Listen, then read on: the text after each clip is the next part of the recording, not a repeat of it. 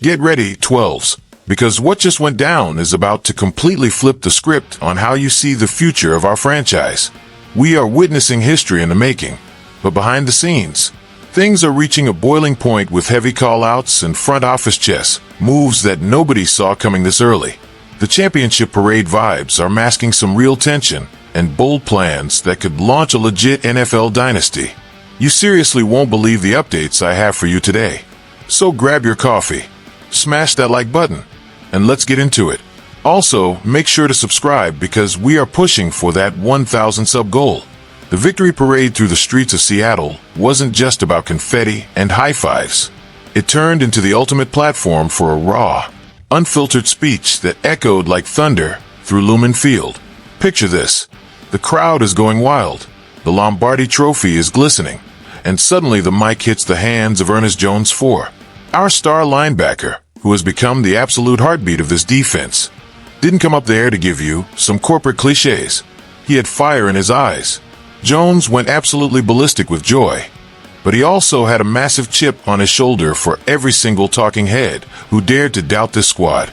He went straight for the jugular, defending this roster with an intensity that would make any offensive coordinator rethink their life choices. The biggest narrative all season was whether Sam Darnold could actually handle the pressure of being the guy. And let's be real, the critics were brutal. Jones hasn't forgotten a single word of it. He looked out at the sea of blue and green and let it rip, declaring that we don't just have the best defense, we have the best damn team in the world. He didn't stop there though. He delivered a blunt, profanity-laced message to anyone talking trash about Darnold, our O-line, or the city of Seattle itself. The bond he has with our quarterback is something you rarely see in this league. Ernest has been Sam's personal bodyguard on and off the field since day one. That loyalty showed up in the most Seattle way possible, with the guys rocking shirts featuring photoshopped images of Darnold, leaning into that grit and resilience that defined our leader this year. Jones reminded everyone that even after that brutal 4-interception game against the Rams in Week 11, he never let go of his teammates' hand. While half the internet was calling for a benching, Jones was pounding his chest and promising the future belonged to us. That brotherhood bulletproofed the locker room and built that us-against-the-world mentality that secured the ring. But while the defense was holding it down with words, an unlikely hero was about to put our GM in a massive bind right in the middle of the celebration. What happened next has the front office feeling the heat regarding the man who literally carried the weight of this Super Bowl on his back. Championship fever has taken over every inch of the 206, but right in the middle of the parade, a wild interaction between John Schneider and the man of the hour stole the show. Kenneth Walker III, the guy who ran like a literal tank through that Patriots defense, was standing there soaking in the MVP chants from the 12s. But what looked like a lighthearted moment between a boss and his player actually had some serious undertones. Schneider, sounding like a mix of hilarious and slightly stressed, told the crowd that Walker actually tried to negotiate a new deal right there on the float, maybe 5 minutes before they even hit the stage. The timing is honestly legendary and a total power move. Walker didn't just win. He took over the biggest stage in sports with a masterclass performance, racking up 135 yards and setting a physical tone from the very first snap. He was shattering records that have stood since the early 90s, proving he is the engine that makes this entire offense go. But here's the part that has us fans sweating a bit. Our Super Bowl MVP is scheduled to hit free agency in March. Schneider's joke was funny for the cameras, but it carries the weight of a massive financial headache because Walker's market value just went to the moon. The whole win felt even more special because of a heart-tugging detail in the stands. Walker's dad, who famously hates crowds and usually watches from afar to avoid the stadium chaos, finally showed up for his first ever NFL game in person. Watching his son get crowned as the best player on the planet, becoming the first running back to take home the MVP trophy since the late 90s, was the perfect way to close the loop. Walker called it a dream come true, but waking up from that dream means dealing with the reality of keeping this core together. The front office is officially on the clock because Walker has all the leverage now.